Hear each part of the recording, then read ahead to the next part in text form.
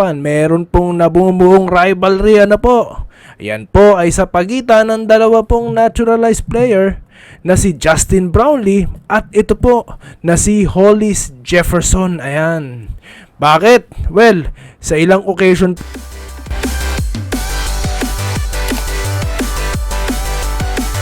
Ayan, so welcome back po dito sa Doy TV Sports. At of course, tayo po ay nasa bagong topic. Ayan. Ang topic po natin ang banggaan ng Gilas Pilipinas versus ito pong Jordan. Ayan.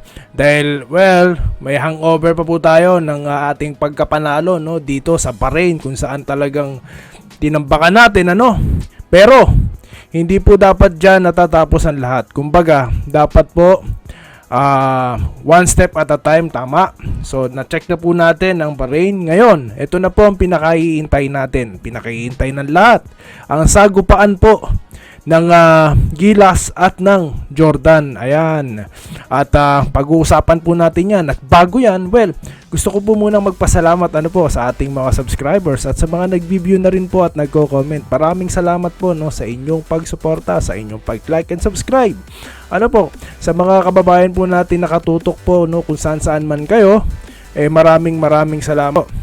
Sa mga bago po nating viewers dyan, kung natripan nyo lang po, nagustuhan nyo, pwede po, makapag-subscribe at like po kayo, nasa sa inyo naman po, kung nagustuhan nyo lamang. So, yun lamang po, Okay, so ngayon, ang usapan po natin ngayon, ito pong Gilas at ito pong Jordan. At hindi lang po yan ang ating pag-uusapan. Meron pong nabumuong rivalry po. Yan po ay sa pagitan ng dalawa pong naturalized player na si Justin Brownlee at ito po na si Hollis Jefferson. Ayan. Bakit? Well, sa ilang occasion po nagkalaban sila They're representing their teams po. Of course, sa PBA alam naman natin hindi pa po katagalan ng Abril na nagbanggaan po ang Barangay Ginebra at ito pong talk and text or tropang giga. Ayan, tropang talk and text pa rin. So yun nga po. At pagkatapos niyan, yung qualification ng FIBA kung saan nagbanggaan din po sa Bukawi, Bulacan.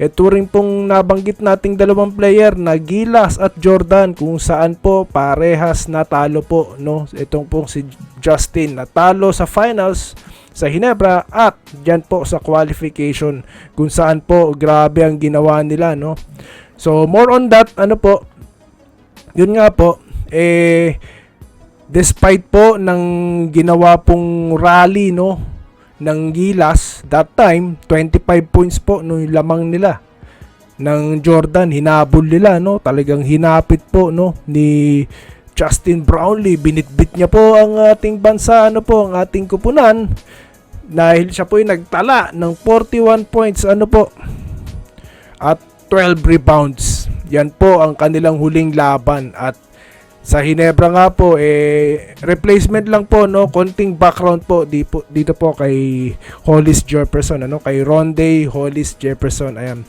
mabilis ang background po siya po ay naglaro veterano po ito ng NBA kung saan po siya po ay naglaro diyan po sa Brooklyn Nets medyo matagal-tagal siya diyan since 2015 to 2019. At pagkatapos po naglaro siya sa Portland Trail Blazers So matatawag po natin siya as veteran NBA or legit NBA veteran. Ayan. Kasi nga po ayan siya po ay na-drop noong 2015 round round 1 23rd overall pick At tapos nun naglaro siya sa Korea. Bit-bit ang kanyang resume.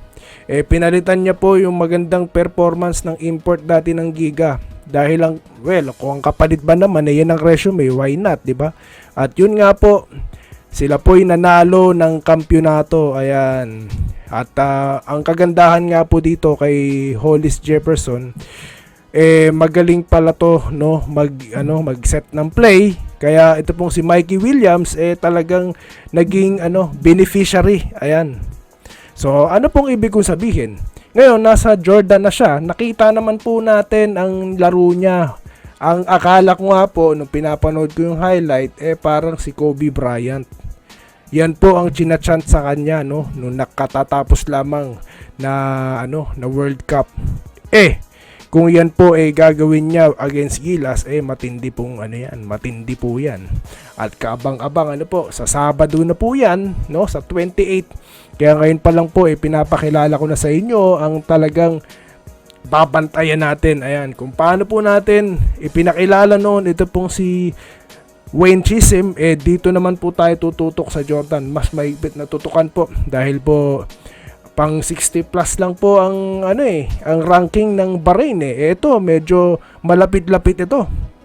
Kaya talaga pong sila ang ating itinuturing no, yung Jordan po ang ating itinuturing na threat sa ating hanay po. Dahil nga po, yun nga nabanggit na mga kahanay natin, na-check na po natin ang Bahrain, sumunod na po itong Jordan at ito pong Thailand. At of course, one step at a time. At this time, ito na po ang moment of truth. Ang talagang testing po sa Gilas Pilipinas. At marami pa po tayong update. At hanggang dito na po muna tayo. At tayo po magbabalik pa para po sa matindihan.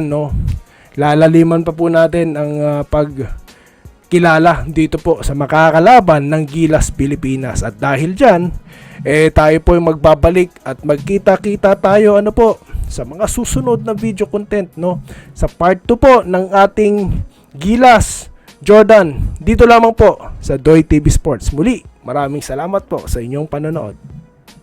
Salamat po sa panonood. Subscribe na para sa mga susunod na basketball at boxing videos.